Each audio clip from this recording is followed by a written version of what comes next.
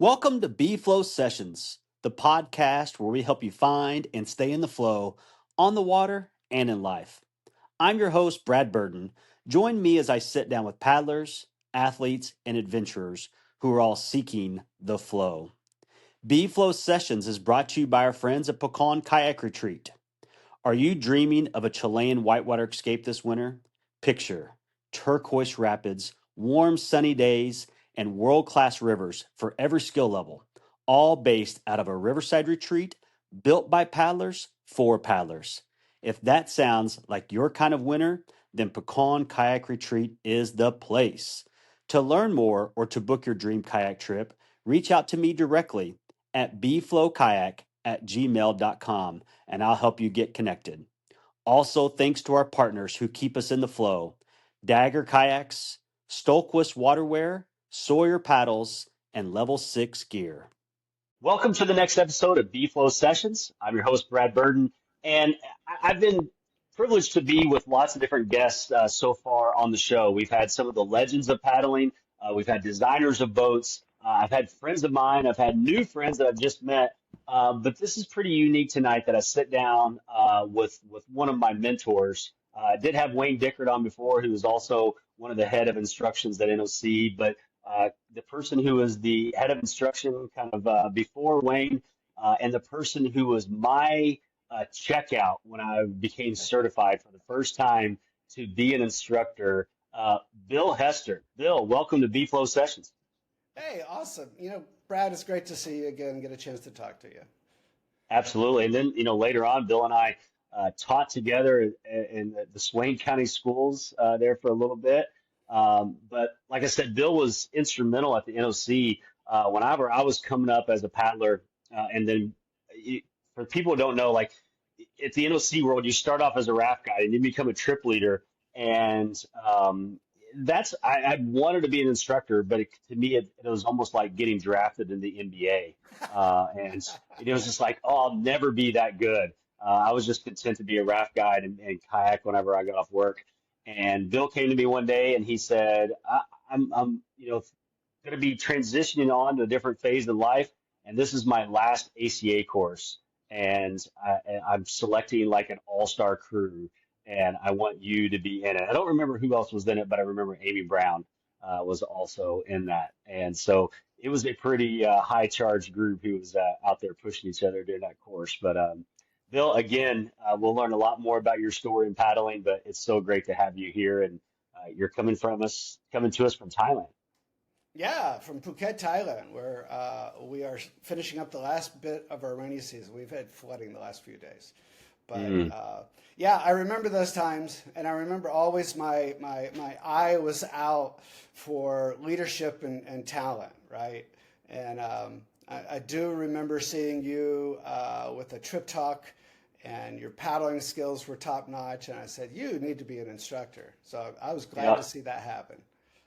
And I was always banging down your door, like, let me lead adventure travel. Let me lead adventure travel. Yeah. Everyone was banging on my door for that. That was true.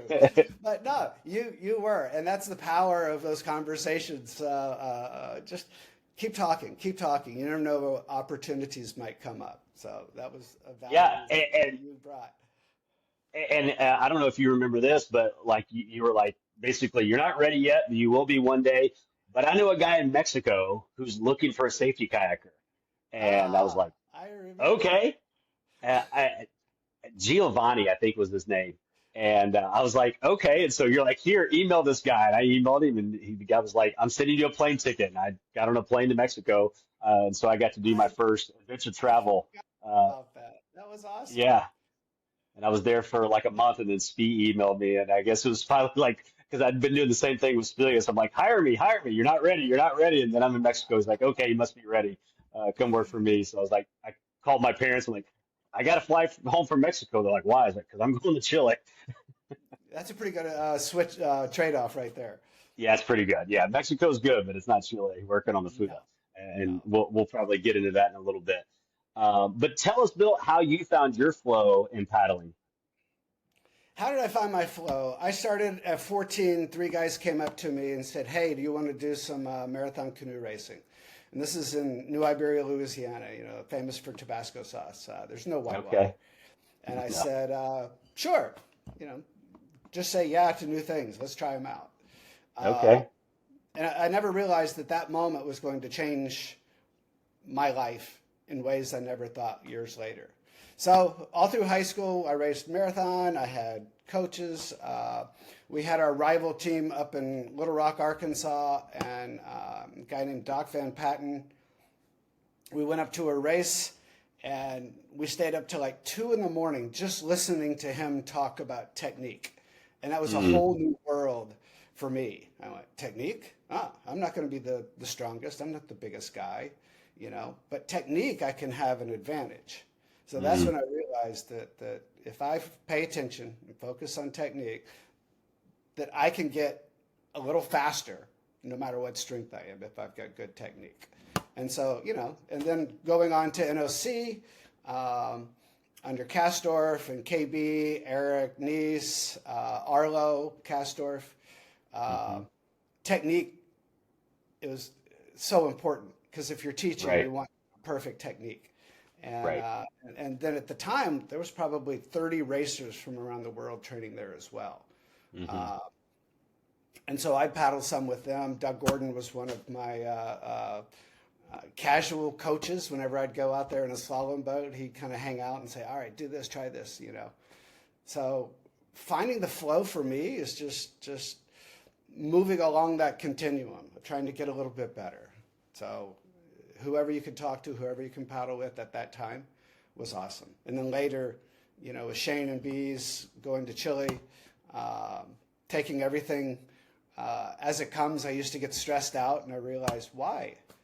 It's going to work out eventually, right? And then I can't remember who gave this quote, but misery is temporary. It doesn't matter what situation you're in; it's only going to be temporary. So just Hmm. it's only time. Wait it out. It's going to get better. Right. And so Yep. pouring down sleet. You're doing the last day of the BO. I am cold. Um, I remember that day particularly. I just wanted to get to camp, and it was just like, it's just time. You're going to get to the end of this, and you're going to be comfortable. It's okay. So, yeah, whenever I get to those places now that kind of interrupt that flow you're talking about, it's like, Hmm. it's all right. It'll come back. Let's go. Yeah, and I wish I would have made this one of the official questions because it's come up so many times. But kayaking and river life and being on the river and the flow of a river is kind of a metaphor for life in general. Exactly what you just said. Like, there's so many times in life where this is unpleasant right now. This sucks. Whatever it is, from somebody who might be listening to podcasts who's stuck in traffic right now, like it's temporary. It's temporary. So yesterday I came back from Hong Kong and I get to Phuket Airport and the immigration line was like an hour and a half. And I in my mind, all right, just chill, just wait. This too shall pass. Right. And yeah, exactly. I use it every day. Yeah.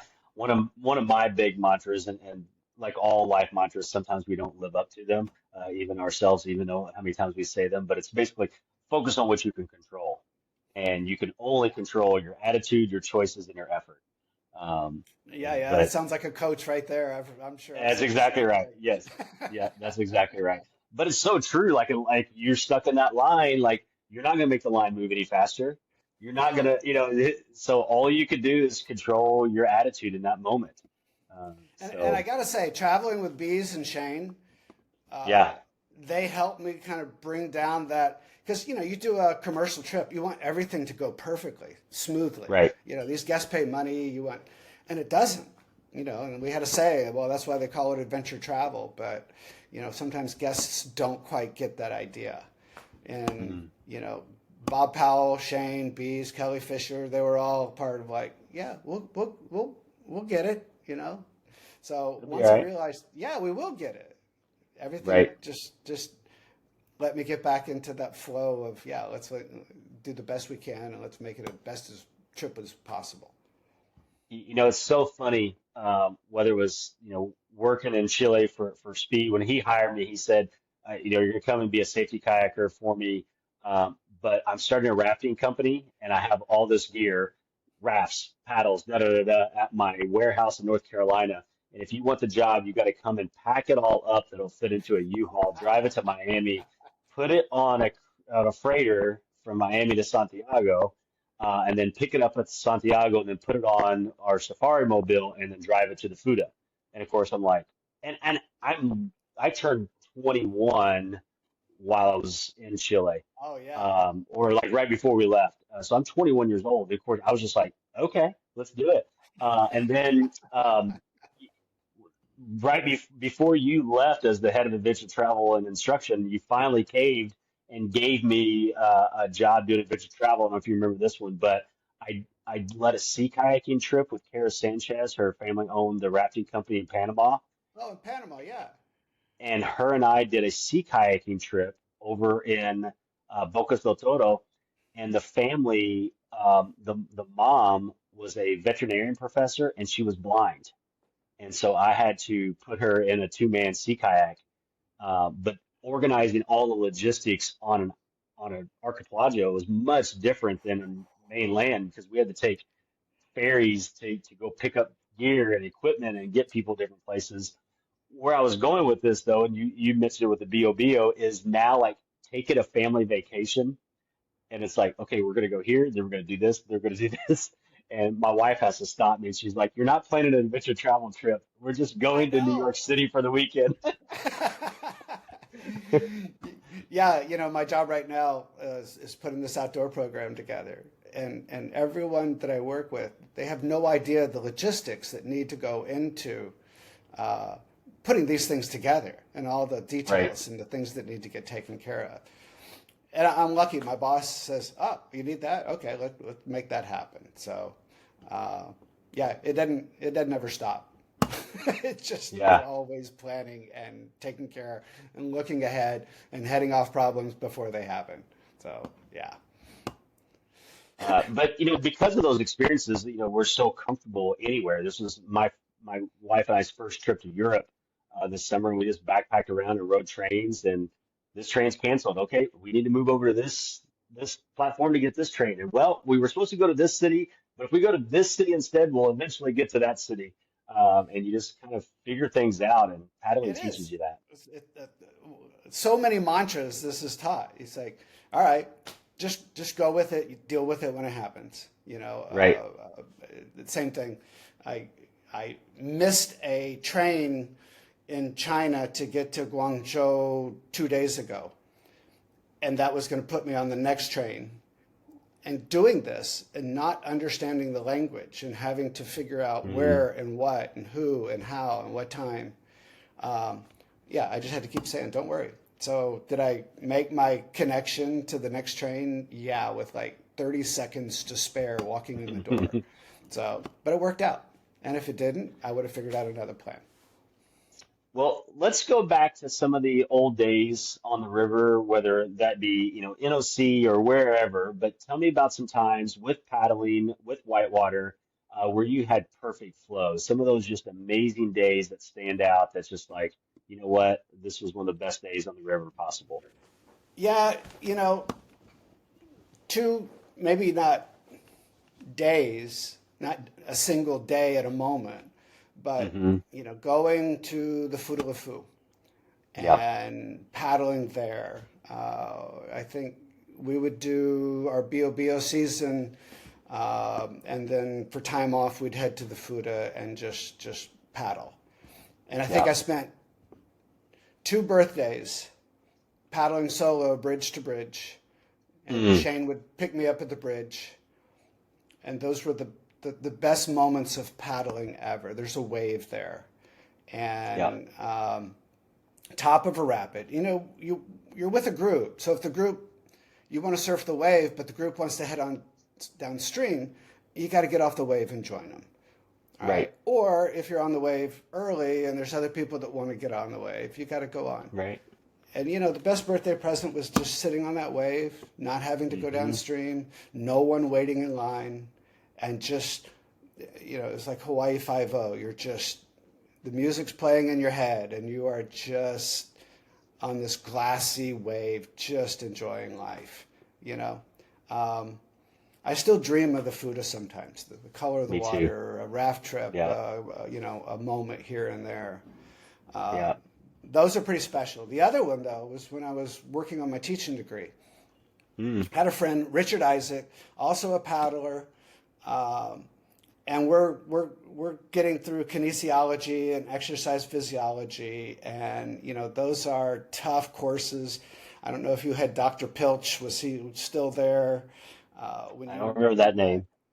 But Mm-mm. he was an ex-Marine, and he taught like an Okay. ex-Marine, and the content was hard. So Wednesday afternoons, me and Richard Isaac would head off, and we'd go up to Big Creek and the Pigeon.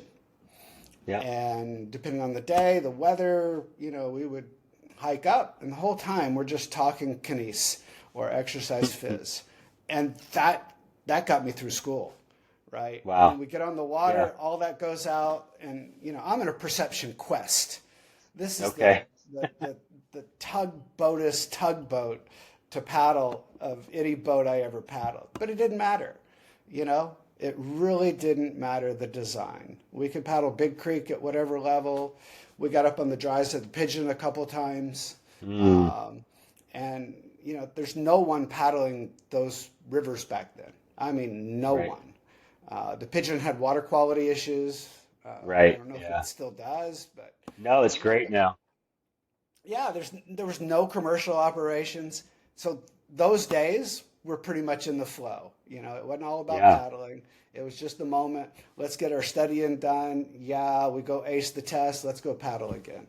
Those were Was that awesome. like late 80s, early Uh, 90s? yeah, 86 to 89. So I Okay. graduated 89.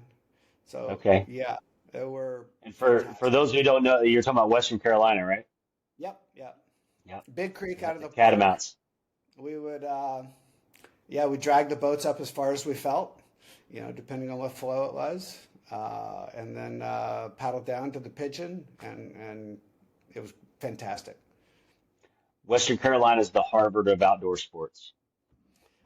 It is, and Like that's legit. back then they didn't quite have a outdoor program going. I think Shane Okay. Williams actually might have been the first one to really elevate that there. Another one of our those Yeah. guys that I recognized and said, Shane, you river rescue. We need a river rescue instructor. Yeah. Uh, he went to Panama. He was another one that I sent to Panama to lead a trip. So Yep. yeah, Yeah. And Shane went on to become the head of that outdoor program there at Western Carolina. It was so funny. I don't think they have this anymore, but I don't know if they had it when you were there, but this event called the Styrofoam Cup. And it's uh, basically all the schools in the Southeast. So Warren Wilson, UNC Asheville, UT Chattanooga and Knoxville, Western Carolina, App State, all the schools in that region, right, would all get together at the Nantahala and have a slalom race. And of course, they're in whatever boats. Well, for whatever reason, the paddlers at Western Carolina, which, the depth chart of kayakers that have come through the doors in oh yeah. Cullowhee, North Carolina, is pretty long and distinguished. But for whatever reason, the paddlers there would just never think about it and never do it. And so Western Carolina never won the thing. And Shane becomes the head of the outdoor program there, and he's a competitive guy. And he's like, I know we have the best paddlers in the Southeast that are in college going to this school, and they added, it just so happened that they added a freestyle event as well while I was there. So we had guys like Sam Davis who were trying out for the Olympic team in C1. We had me and Pete Gallo who were on the freestyle tour, and like we all showed up because Shay was like, "You're gonna be here," and so we all showed up, and it like wasn't even close. We dominated the thing. I hopped in a C2 with Sam Davis, and we won that. I mean, it was just a total blowout, and Shane hosted the trophy. That reminds me of the citizen races that NOC used to host, right? Yes. And all Yep. whoever wanted to come in, they could, I don't know, it was a 15 or 10 gate course, I can't remember. But Yep. Bob McDonough would show up, and that was always my goal. I Okay. just want to beat Bob. And he'd always beat me by like, a second and a half. And I go, Yeah. damn it. But it's Bob McDonough, right? There's no Right. way. You can. Yeah. Right. That's It's like, awesome.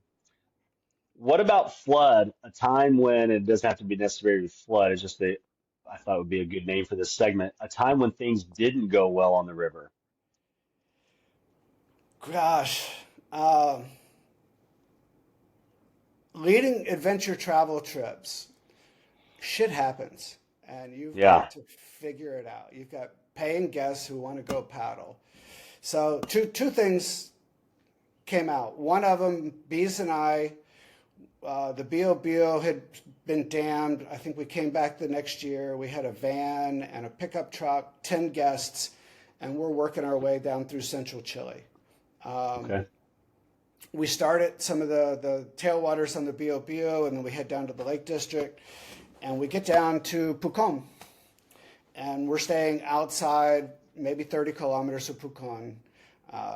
We've got a campground set up, but there's a road that they had just scraped, so it was dry. Maybe 200 meters downhill into the camping area, Hmm. and our driver, great guy, I said, hey, look, if it starts raining tonight, we need to get the van to the top of the road. Otherwise, we're going to get stuck. Um, and so that night, it started raining. And I woke up in the morning and I looked, and the van was still in the field at the bottom. And I go, Mm. oh no. So I talked to the driver. I said, why didn't you bring the van up? He said, well, I woke up last night and I heard the rain, but I thought I was dreaming. And I went back to sleep. And I went, what? It turns out his hometown is in northern Chile. He had never seen rain in his Yeah. life. This Oh 30-year-old my man, gosh. he had no reference of what that meant. No concept. Yeah. No concept. And my language skills in Spanish are decent, but not that decent, I guess, to figure that out. Um, so Bees and I are stuck. We got 10 guests who want to go paddle, but we're 30 kilometers away from any kind of civilization, and we've got to figure it out. So I start Wow. looking around. I see a farmhouse. I see, all right, Bees, I'll be back. I go talk to this farmer who has 2 ox, and I say, hey, we need help, in my best Spanish. And he said, sure, I'll be over there in a little bit. I'll bring my ox. And so we worked for about 3 hours with this ox team and the Hmm. van and digging out the muddy part of the road so we get down to dry ground with breakdown Werner kayak paddles. So again, one of those moments, the guests are like, hey, we want to go paddle. Why is this Right. happening? But it turned out to be the best story of their trip. Yeah. Eventually those ox pulled us out, covered in mud, it's pouring down rain still, and those guests thought it was the best thing in the world. This is before social media, and Right. they aren't taking photos for that. They genuinely are like, oh, this turned out to be pretty awesome. So that was one of those moments of, all right, how are we going to figure this out? Yeah. The other one was a staff BOBO trip. And they had started blasting at some of the potential dam sites. And at Jugbuster, they had blasted on both sides. So all this scree and boulders and everything had changed the Mm. rapid. And it was unrunnable with our oar rig. So we were lining one through. Someone pulled the rope wrong. And the next thing we know, that oar rig is wrapped in the middle of the river. And it was a Mm. staff, NOC staff trip. Uh, and we ended up spending the night there on these rocks that are like the size of 2 chairs put together. And the raft is just wrapped around. So we've got, I think that one time there were 7 lines on it, 3 of them, double Z drags. We're trying everything we can. So Mm. eventually we realized, oh, if we just deflate a tube, we can get it off. So the next day we deflated the tube, it came right off, and we were good. So, Okay. that turned out to be kind of humorous and an adventure in itself. But yeah, those are the 2 that I can remember. Wow. Um, Now, what about, I call this the current, so, kind of double meaning there. Now you find yourself living in Thailand, but you get to explore not just Thailand, but also mainland China. A lot of the beaches and rivers and ocean and all kinds of, an abundance of natural beauty there for you to explore. Tell us about that. Yeah, it's we were talking a little bit before 2017. My kids are more or less grown. They're 18. I think Rye graduated high school, and my adventure travel days were coming back, and I'm like, I always wanted to go live in a place, and I've got a teaching degree. Let me see, maybe I can go to Thailand or somewhere, and I can teach international school or something, do something. Um, and so no one was calling me until this school in China in Guangzhou called. And I really didn't want to go to China. I really wanted to go to Thailand or even Myanmar Mm. at that time. It was a much better place. Vietnam. So they called, and I ended up doing this interview. And I got off of it and said, I think they're actually going to hire me or Mm. offer me a job. And so I thought about it, and I said, yeah. And it turned out to be a great decision. Went to this international school in China, stayed for a year, came back to the U.S. for a year, and then I went back. And with that school, based out of Hong Kong, I was really excited because Hong Kong has some opportunities. It's not just a city. There's a whole area Mm. that's developed hiking trails and campsites and natural beauty it's unmatched. So we had Wow. done a 3-day backpacking trip in Hong Kong, and I went, there's a lot more to this place than I thought. I want to come back. So the school let me come back. Ended up staying there for another 3 years. All through COVID, I was in China. I couldn't leave. If I had left, then I Mm. couldn't get back in. They were paying me Right. really well. I was having these great experiences. And really, it was the best um, teaching environment that I had. The students were, the relationships that I had with the students were such that I still keep in touch with them. They still message me. Mm. Um, the outdoor programming that we did, I could see the effect that it had on these students. You know, the senior class every year they're asked, who do you want to give the graduation commencement speech? And they vote for it, and they choose. And they chose me twice. And so I got to Wow. give this graduation commencement speech. Um, and so, the first time I did that was this student who had gone to Hong Kong. We had gotten a little bit lost. We're hiking at night, headlamps. They've never done any outdoor anything. Right. And this girl who, makeup, hair has to be right every day. It's dark. The trail's narrow, uneven. There's ocean right below us. She was scared. Mm. She Yeah. reaches over, just grabs my hand, right? And we walked that way for the next hour, not saying a word. Wow. She just needed some comfort, Yeah. right? And so we finished the trip, go through another couple years. It's time for her graduation. And so I'm up on the stage, everyone's coming up to take pictures and whatnot. And she stops in front of me with her mom. Again, no word ever said. She just starts bawling.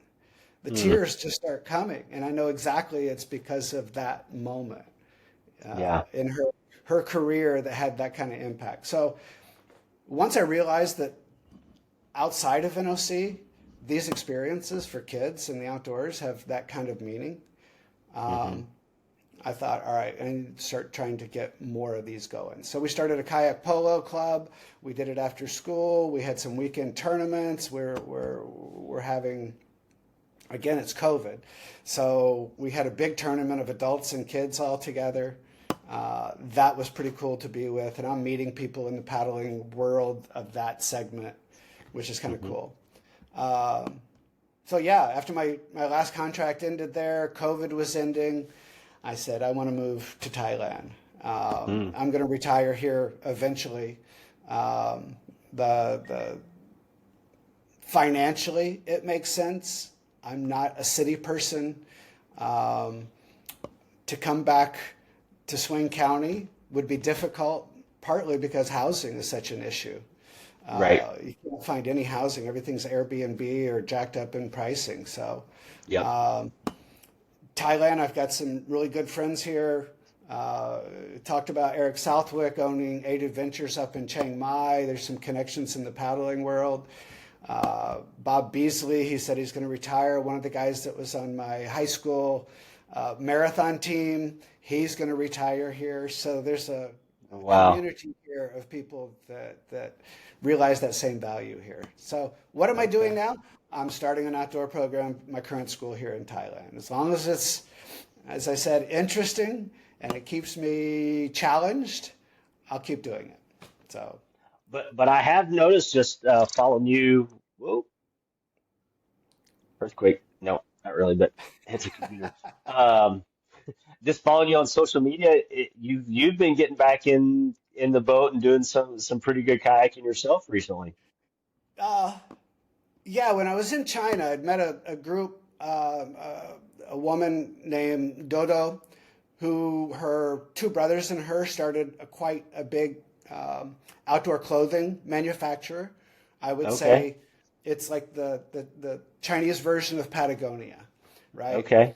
And so she is the paddler. So she invited me to go do some stand up paddling, do a kayak workout. We got to know each other. She said, "Hey, why don't you come to Yunnan province and we'll do some paddling?" I'm like, "Yeah, let's do some whitewater." I haven't been able to do whitewater in the 3 years I had been there. So I was pretty excited. Went, Yeah. Tiger Leaping Gorge was right around the corners. This is one of the headwaters of it. And we had 3 days of, one day of warm up, class 3, 4. And then one day where two other guys that were really good paddlers. One of them was much better than me at the time. Another guy that was a little below what my ability. We were watching out for each other, but it was just full on boom, boom, boom. And I hadn't paddled hard whitewater in a long time. Yeah. I was gonna say, yeah. I know what And that's like getting back on hard whitewater after being away for a while. It's so challenging. I'm putting on my skirt. I'm trying to get my mindset right. And then I just got pissed off and said, "You can do this. You know how Yeah. to do this. Just do it. Just go. You've got all the skills. You just haven't used them." And it was one of the most intense, like 5K that I think I have ever done. It was I just, there's a bet. couple places in Chile that measure up to it. But, those two guys were there. None of us had any problems, but I was like, I probably need to practice a little more next time before I do this. The next day, we were dropping down to this upper section, and the police ran us off. Mm. So that was the ending of my paddling. Dodo looked at me and said, "Just stay in the cart. Don't get out. Don't get out." And that's one of the things. China adventure sports is relatively new, and so Okay. when local officials who don't understand the skill and ability of the people usually doing it, they Right. get worried. So it's easier to say Hmm. no than to say, "Okay, go ahead and do it. We'll keep an eye on you." They don't know what that is. So You know what? That's not just in China. In the Midwest, if all of a sudden your state happens to have a primo, a 20-foot and 15-foot waterfall that runs through the middle of the state park, and it's in Indiana, apparently they don't allow you to. So yeah, it's totally legal. An old name from your time in NOC, Tom, is it Vesnius? Vesnius? yeah, yeah, business, yeah. Business. He lives up there, and he's ran it before, and him and I have messaged, and he's like, you have to get in at like 5 in the morning and find it with flow. But yeah, and I've called up there, and they're like, no, no one's allowed, and No one. so Well, what was it's funny is we had two guys on the water, and we're trying to figure out how not to let the police know that these guys are already on the water. oh And we were going to the takeout, and that's where they stopped us. So eventually, 45 minutes of pointing and them yelling. The Chinese guys and girls I was with, they were really calm, and it was really nice mm, to see. They were just discussing. So we got these guys out kind of while the officials were arguing, and then I said, "Well, what are we going to do?" They said, "Well, we're going upstream about another 30K. They won't bother us there." And I'm like, "I'm mm, not getting on the water because now they've right, told you no. I'm not going to do something that's going to jeopardize." So me and the other two guys, that were the pretty good paddlers, we ran shuttle, and everyone Okay. else. But it was absolute beautiful section up there. You know, class three, big eddies, great waves. I was just like, oh, I'd Oh, love to go back. So maybe we'll go back. yeah. Is there any whitewater in Thailand at all? Yeah, up around Chiang Mai, where Eric Southwick has his company. He's got Okay. I was up there in July.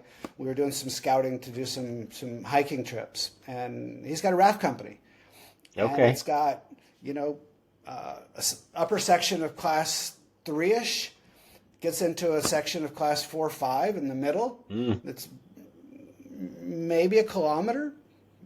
Um, and then another run out of class two, which is really Nice. nice. So he can do Yeah. multiple levels. He's got people Right. coming in. He's got a great operation. So yeah, February I got to go up and paddle a day with him, and uh, Okay. it's his home river. But again, I had Right. that feeling. I'm like, all right, I'm about to get on some water that but first two rapids in, it's like, oh yeah, okay, we're good. Let's go. And Eric was trying to give me all these details. He said, Eric, just tell me, where do I need at the bottom? Go left. What's that? Right. He was trying to tell me all about 8 million things to watch out for. I said, is that the rock you're talking about? Okay, go left a bit. Okay, we're good. Which was fun. And, It really was. and also with the current, I want you to tell us a little bit about your son Ryan. He's paddling Oh. pretty extreme stuff all over the place. Tell us a little bit about that. So during COVID, um, Rye had moved out to the Pacific Northwest. So he's at Hmm. White Salmon area. Yep. And his skills are getting better and better, but he dislocated his shoulder. Mm. Um, and, he did rehab. He's living in his car just so he can go paddle. He doesn't have much work, but he's finding enough work to keep that going. Kind of reminded me of getting to NOC, not much money, charge what you can, pay for it when you got money. That's where he was. Um, so he kept getting better, but then he dislocated it again, and then he dislocated it Mm. again. So he Ugh. had surgery up in Kentucky. I think Kastorf had a doctor that he recommended and several other people. And since then, he did a whole, I don't know, 6, 8 months of rehab. He did it right. And Rye likes two things. He loves waterfalls and he loves big water. Mhm. So the waterfalls, you kind of dink a little bit more, put stress. He started getting into big water more. And Mm. he'd go up into British Columbia. So last year he did the Stikine for the first time. Nice. Loved it. And then this year, I think he got 7 runs in on the Stikine. Oh my He gosh. went up there and did like 2 or 3 runs and then went back 3 weeks later, and he just did lap after lap. So we got to lead all these groups down that were coming up and doing their season. And looking at it, it's just that's my one regret now. The Futalafu was big water heaven. This looks just another level. So yeah. So we'll get into the rapids coming up here in a little bit. And one of the questions is a river that you didn't get to do that you would like to do. And you're about the third or fourth guest, who I don't want to give it away, but who has said the Stikine. And favorite rivers is also one of those questions, and the Fu is always almost everybody's Yeah, top. I I can mean, how see can it that not for be, right? sure. Yeah, Yeah. yeah. But I Um, don't want to steal your thunder. I want to save that for when we get to the rapids with you. So, all right, yeah, we're good. No, well, Rye's just taking it to another level, and I'm really proud yeah. of the way he's gone about it. That's the coolest thing, is people say, "Aren't you worried? It's dangerous." And I think of my progression coming up over how many years now, and he kind of mirrored that. I quit university after 4 years because I was just wanting to paddle. I was wasting money, Right. and then I went back on my own. And Rye's doing the same thing. He didn't go to university. He had a passion about kayaking. He's gotten his skills. So now he's like he's doing geology work for a month, and then he'll go paddle for a month, and then he'll go to school for 2 months. So he's Oh, working on his cool. geology degree. yeah, he's doing it all right now. So I'm pretty psyched for him. That's awesome. This next segment's flow advice. I want you to think about two different people, groups, sets of people here. The one would be somebody starting into kayaking for the first time. Could be any age. Let's eddy out and take a quick break. Do you need a break from the cold of a North American winter? Then let's head south to the best whitewater on earth at Pecan Kayak Retreat.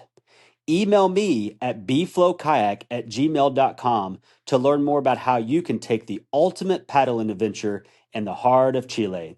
Now let's peel out and head downstream.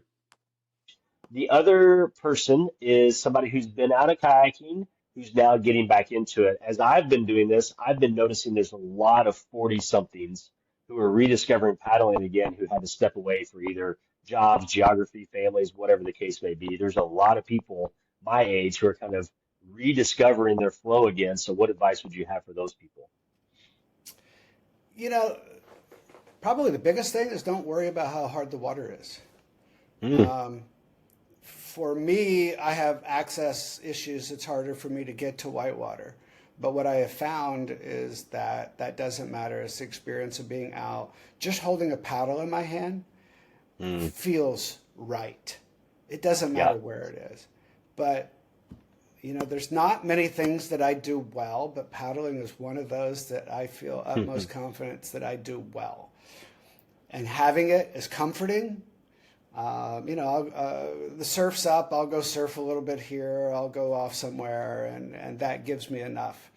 So people coming back into the sport, don't worry about paddling the hard stuff. If you get there, great. But appreciate the moments that you've got where you've just got a paddle in your hand. You're in a beautiful Yeah, place, and you're discovering new things. That's my biggest advice. I totally agree. Two things I can relate to that. I did a lap down the Nantahala recently, and I decided, it was funny. We didn't tell the story, but you and my dad raced against each other a little Yeah, bit, yeah, and yeah, yeah. He beat me, damn it. I know, yeah, he'll love to tune in to hear you say that. Uh, Knox, Knoxville World's Fair, yeah, Olympic kayak. He came in third. I still have my medal somewhere, but I was fourth. I was like 30 yards behind him. Damn it. that's so funny. But that's how I got my start. Was just like when you paddle a river, you put on the top and you paddle down as fast as you can. And that was never my style. I always wanted to find every eddy and wave and thing I could play with, and freestyle and extreme was more my thing. But just this summer, I decided I had a day and just some time. I'm gonna put on, and I'm not in shape to race it, but I'm gonna put on at the top, and I'm gonna paddle down without stopping, without catching a single eddy. And it was early in the morning on like a Tuesday, and I only saw like four people on the river, Oh, and it wow. was just magical. Yeah. It So is. to It to is your point, magical, just right? anytime you can just be out there, right? So, right out here, 100 meters out my balcony is the ocean. I had my kayak Wow. there, right? And a 30-minute paddle to an island that you see just off the beach. So Mm. I get to the island. There's no one on the island. There's like 5 beaches around it that I can choose from. So Oh, Saturday morning, I get my, whatever breakfast, my coffee, and it's like, all right, let's go just enjoy my island. So it's my island now. It doesn't belong to anyone else. So yeah, that that's sounds pretty that's where it's incredible. at for me. Yeah, it is magical. It's pretty nice. So, new person coming into the Yeah. sport. Yeah. For Advice me, for them. new person is about community. You've got to Okay. have people around you. You've got to talk to people, whether they're expert or new people just like you. Find that group that can help Right. you along. Learn through your mistakes. But if you've got that community, you're going to be connected into that world eventually, and that's the best advice for me. NOC and before, like your dad, and look at those connections from my teenage years that are still going on. Yeah. So I was at a outdoor ed conference in Bangkok last year, And there's vendors who are doing all these programs, and for schools that's really helpful because they've got the expertise. We don't have the expertise. We'll form a partnership and do different trips. And there's an Indian group, and so we started talking. And he's from northern India. And I said, "Oh, do you know Jerry Moffat? You know, he's doing this great project where he takes these rural villages, these kids, and he's teaching them whitewater skills. And so eventually they'll have job opportunities with these whitewater skills." And he says, "Jerry, you know Jerry, you know," and excuse my accent, but he was excited. So we started talking about that. He calls someone over, and this guy knows Jerry really well, and he's done, and calls this other guy, and they say, "Oh, this guy is the big guy. He's climbed Everest twice." He's like, Oh, wow. really cool. Great. So he comes over, and I explain. I said, "Yeah, I worked for this company. You may not know it, called Nantahala Outdoor Center for like 20 years." And his eyes got big, and he says, "Do you know Eric Neese?" Oh, geez. I went, "Of course I know Eric, right?" So he looks at everyone, and this just made me feel really good. He said, "NOC is the best place in the world if you want to know kayaking." By the way, NOC, you can give me a little sponsorship money if you want. But Yeah. yeah, there you go. This reputation and this community extends all over the place. 1,000%. Yeah. Amazing once you get out of the U.S. and to these other places. So if you're learning, get into these communities. You never know where they'll pop up. All right. So, Bill, you ready to run rapids with me? Yeah, let's go. All right. So this is our Mount Rushmore segment. This is where I throw out a topic of kayaking, and you give me your Mount Rushmore. So it could be your favorite or your top 2, 3, 4, 5, whatever you feel like. The first topic, kayak designs of all time. You know, I got to go with two. When I first came to NOC, probably, well, it was 82. I'd been paddling a Letman Mark IV glass boat. You know, I had learned to roll. I thought I was hot shot. And I said, "All right, let's go up to the Nanny." "Oh, fine. Let's go to the Ocoee." I went to the Ocoee and ended up broaching in Gonzo Shoals. It broke into 3 pieces. The cockpit came out. We actually hiked the flume back up to the dam, walked across the dam. Oh my gosh. Got some duct tape out of the car, put that boat together, and then finished the river. So that was pretty amazing, but it sucked having to do all the boat repair. So when I got to NOC, the Phoenix fiberelastic slipper came out, and that changed my world. You know, big boom at enders, pirouettes. All of a sudden, I didn't have to worry about nose breaking off and broaching and everything else. So that's the first one. And the other one's the super sport, Perception. You know, it was like the sports car back then. The lines were so good. It just looked fast and could do anything. I'd look at it on my porch and I'd go, "Damn, that's a beautiful boat." And then, you know, getting into freestyle, letting me do things that I hadn't done before. That was my last boat that I really loved. So I came to the NOC right after the Super Sport RP. I mean, those were definitely like still like cool boats when I got there in the late 90s. But it seemed to me, looking back, and you know, and you guys, so many of you guys were my mentors. It seemed like there was like 1 or 2 camps.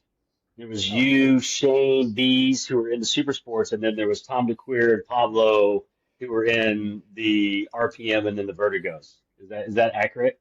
That's totally it. You know, Okay. and sometimes I wish, God, you know, I wish I had an RPM or even a transition, right? Yeah. You know, they were killing it. Mark Lyle out there, and I'm going, Yeah. geez, Yeah. right? And then Tom DeQueer and Pablo, we would go to all the, you know, the whole tour, East Coast, Southeast, everything that we could do. And Piranha came in at the same time, Right. And so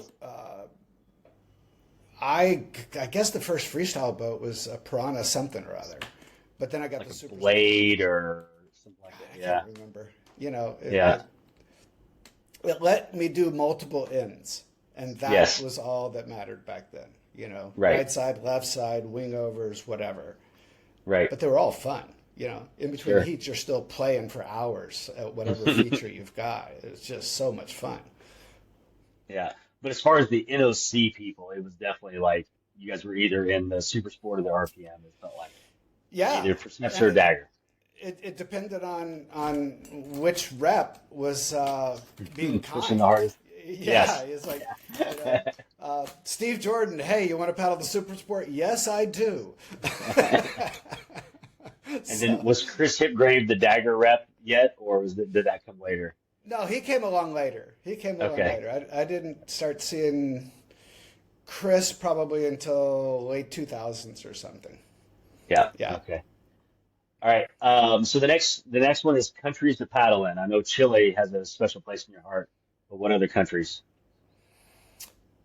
Yeah, Chile is definitely top, but China as well. There's so many Hmm. unpaddled and unexplored places. And whitewater's it's growing. There's definitely a cadre of Chinese paddlers that are they're doing really good stuff. There's a school in Shenzhen that is bringing kids out to sail. They're teaching them whitewater kayaking. They go to Yunnan. They've got some big water uh, overnights that they do with them. The group that I was paddling with, they're from all over. They're Hunan, Sichuan, Guangxi, and they got their little home runs, and they're showing me videos, and I'm going, there's so much here that has not really been touched. So the times that I was able to paddle, actually about 4 years ago today, we went to Lijiang in Yunnan, uh, Tiger Leaping Gorge. There's a tributary running up headwaters of that, uh, and that was some of the most full on paddling I've done. One day of nice class three, get it together. The next day, there were two guys that I was paddling with that had good skills. We went up and run this other section, and it was all I wanted, and not Hmm. paddling for a while. You get in a boat cold, you're Sure. sitting on the bank, and you're going, oh crap, am I up for this? And Right. you kind of get mad, and you say, all right, you know how to do this. Get in there and just go do it. And that's what it was. And It was awesome. if you think about like, okay, what does a geographical area need for whitewater? It needs elevation and it needs water, right? Yeah. And to be then like potential for first ascents, an area that has the least been explored. I would think if you add those three components together, the southwestern corridor of China has got to be the Huge most prime potential. spot in the world for first ascents. And not even the western. You go further east into Hunan province. There's a series of parks there. We Okay. actually we actually went rafting. Me and my two Irish friends that I travel with. Um, Rafting was no big deal. Class two, beautiful river, waterfalls coming in on the Mm. sides. But they don't understand um, conservation as much, right? Right. And so there's maybe two, three rafting companies that run it, and they're just putting people down, and everyone's getting Hmm. their selfies and the photos. But it's a water fight the whole way down. So they have these, pump water guns, and the attitude is they're just littered. I mean, literally tens of thousands of Hmm. these discarded on the bank, Hmm. and you just look at it and you go, oh, what a potential, beautiful place that's just ruined with ignorance. Right. So, you know, the Hmm. potential, the mountain ranges, the rivers, the creeks, the big water, it's all there. It's all there. Yeah. One of the nice things was I was just in China giving a talk on building these outdoor communities and combining them into tourist opportunities for towns and businesses. And I was interviewed after. One of the cool things is the first question they asked was about river access. How can you protect the water if you're kayaking on it? And I went, oh, Right. please, let's talk about this, right? Because access, because of that aversion to risk, they don't understand it. They don't understand that paddlers will bring positive change to that river corridor. They will bring Right. awareness. They'll bring education. They will clean up. They'll do the hard work. They'll do all of those. And the reaction from just that part of it was really positive from the people I was talking. So I was pretty excited about that. So let's That's see what cool. happens in the next 10 years or so. There you go. All right. A river that you've not done that you want to do. Uh, I would have to say the Stikine, you know, Yeah. seeing what Rye, my son's been doing up there, looking at the other rivers in British Columbia. And, you know, he'll Yeah. spend a month up there just paddling different stuff. Northern California's got some incredible stuff, Mm. but Stikine would be If you top. had to That pick would be one. it. Yeah. Yeah. All right. What about paddlers of all time? God, that's hard to say. You know, growing up in NOC, that whole mesh, you've got, you know, Bunny Johns, literally writing the instruction book for ACA. You've got Castorf, you've got Arlo, you know, and as you're coming up, you're always comparing yourself to others, right? You Sure. know, and you think Castorf is this god is out there and, you know, he knows all. And at the time he did. And then Hmm. Arlo was the best paddler at NOC for a long time. Okay. Uh, this is before rodeos and freestyles. He went out west and they had these hot dog contests and he won a couple out there. And I thought, wow, I want to be as good as Arlo one day. Mm. Um, but you keep going. You got Corin, you got EJ, you got Shane. You've got in any given day we could be paddling with someone that technically could be the best out there. You know. Yeah. So yeah, I can't mention one person, but all of those It guys influenced me in some way. it's so neat, like the NOC generations. Like your generation looked up to the guys you just named, the Castors, the Crispiliuses, right? And Yeah. then my generation came, and we were looking up to guys like you and Shane and Tom DeQueer. And I kind of left the sport, but I'm sure there was young instructors there who were looking up to guys like me and Pete Gallo and Oh, Andrew sure. Wilmot and stuff. Amy Brown, like I'm sure there were. We were at the cutting edge of our time. And then again, I left the sports, so it's hard to name the names, but I'm sure that cycle kept going.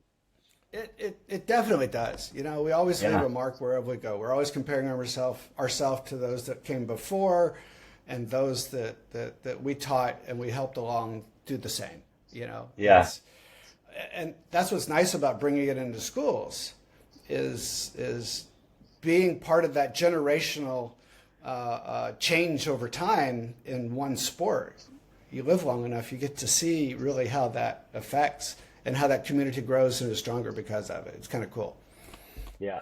One name that I do remember that was a young and up and coming instructor whenever I was kind of one of the head instructors at NOC. Not that I was like the title of head instructor, but doing a lot of that stuff that went on to become really great. But unfortunately, we lost too early was John Clark.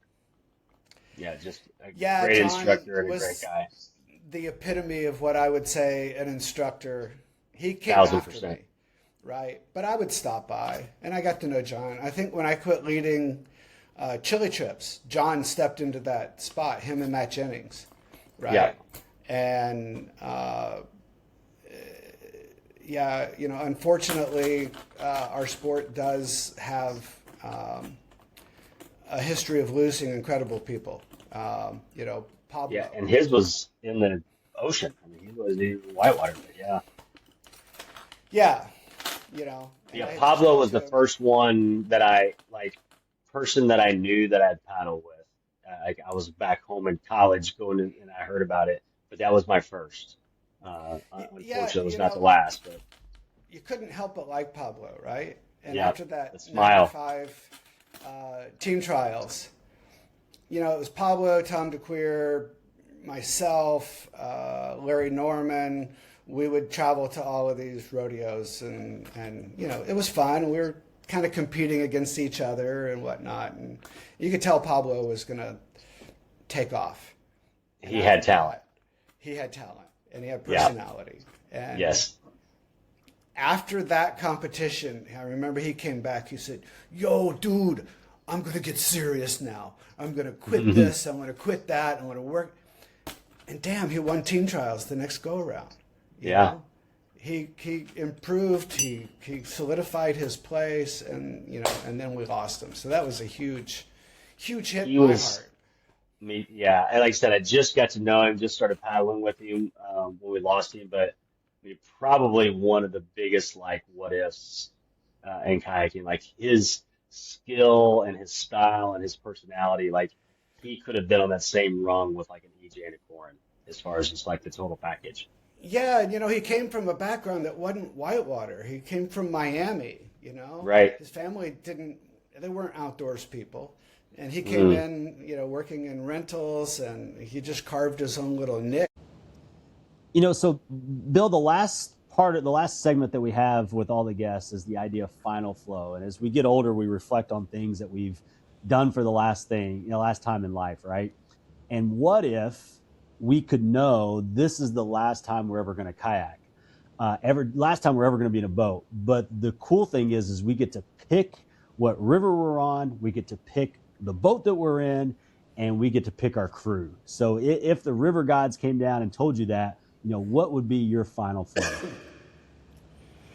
I shouldn't have taken a drink. It's coffee, I promise. So, I've been thinking about this, and as paddlers over time, we've got so many different parts of paddling that have made these moments in our life. And all of them come down to the relationships of the people you've been with. And as you look back, you think about all of these moments and these times that really affected your kind of the paddling highlights in your mind. And so, my freestyle days, my instruction days, my expedition days, all of those bring different things in and different people in. But if I had to choose like one moment with whatever crew it is, Rye paddling the Stikine is one of those. But I'd love to paddle the Stikine. It's on my list of, I'd really like to. I maybe passed my opportunity, but yeah, whatever. But doing some sort of multi-day expedition like the BOBO in Chile, that's my favorite place I've ever paddled. And bringing people there that haven't been and returning with those that I've been on it with, obviously Shane, Bees, Kelly, Bob Powell, all of that crew that we did BOBO trips and whatnot. I'd love to do another river trip. They were just so funny. Yeah. It was just kept me in perspective and realizing that's what it's about. And then doing that same trip with Rye and Callie, me rowing a baggage boat and Callie in the front and Rye paddling along with those guys. Oh man, well, that would just be awesome. And then, you add in those freestyle guys, Tom DeQueer and, Pablo. Yeah. Pablo, I was in Chile with. We used to leave our van at his mom's house, and she knew nothing about kayaking. She just had our van, when we go there. But all of those just bring so much fun and the true meaning of what paddling is to me. A BOBO trip. Unfortunately, it's gone, but since we're fantasizing, sure. That's right. All of that crew, oh man, camping in Jose's pasture with the volcano kayaki there, having royal flush ahead of you. Oh man, it couldn't get any better than that. That would be my primo time. So yeah, there it is. That sounds like a pretty primo final flow to Yeah, me. right? Yeah. The funny thing is, I spent 7 winters in Chile doing different things, but it was always in February when my birthday is. So I always had those birthday moments on the river. One of them was a staff trip as we're getting ready to launch on the BOBO. Other times were just a a bridge to bridge solo on the Fuda. Hmm. You know, but yeah, that area just holds so much appeal and memories for me. Yeah, let's bring people who hadn't been, bring people who have, and let's have a good time. You know. That sounds pretty magical to me. That sounds like a great final flow. Well, again, Yeah, come Bill, with like, us. if I've got, I'm there, man. I'm Awesome, there. awesome. Thanks again for being, so instrumental in my paddling career and then throughout my life and continuing the friendship that we've had for over 20 years. And thanks for being on B Flow sessions with me. Dude, you know, paddling was one area, basketball coaching another, those lives Yeah. intertwine, and now this. This has been great. Thanks for having Yeah, me. absolutely. And who knows? My wife and I, we were planning on, we're ready for our next chapter once our daughter graduates, and we're maybe doing a lot more traveling. So you might find us on your doorstep in Southeast Asia one day. Yeah, yeah, you know, come. There's always another chapter you got to look forward to. So Hey, yeah, that's right. Yep. awesome. All right. Well, again, thanks so much, and look forward to seeing you hopefully one day soon. Yeah, appreciate it, bud. Take care. All right. Bye. Thanks for tuning in to another episode of B Flow Sessions, where we explore how paddlers find their flow on the water and in life. If you enjoyed this episode, please follow the show, leave a rating, or share it with a friend. It truly helps us grow the community. And a huge thank you to Pucón Kayak Retreat for sponsoring today's episode.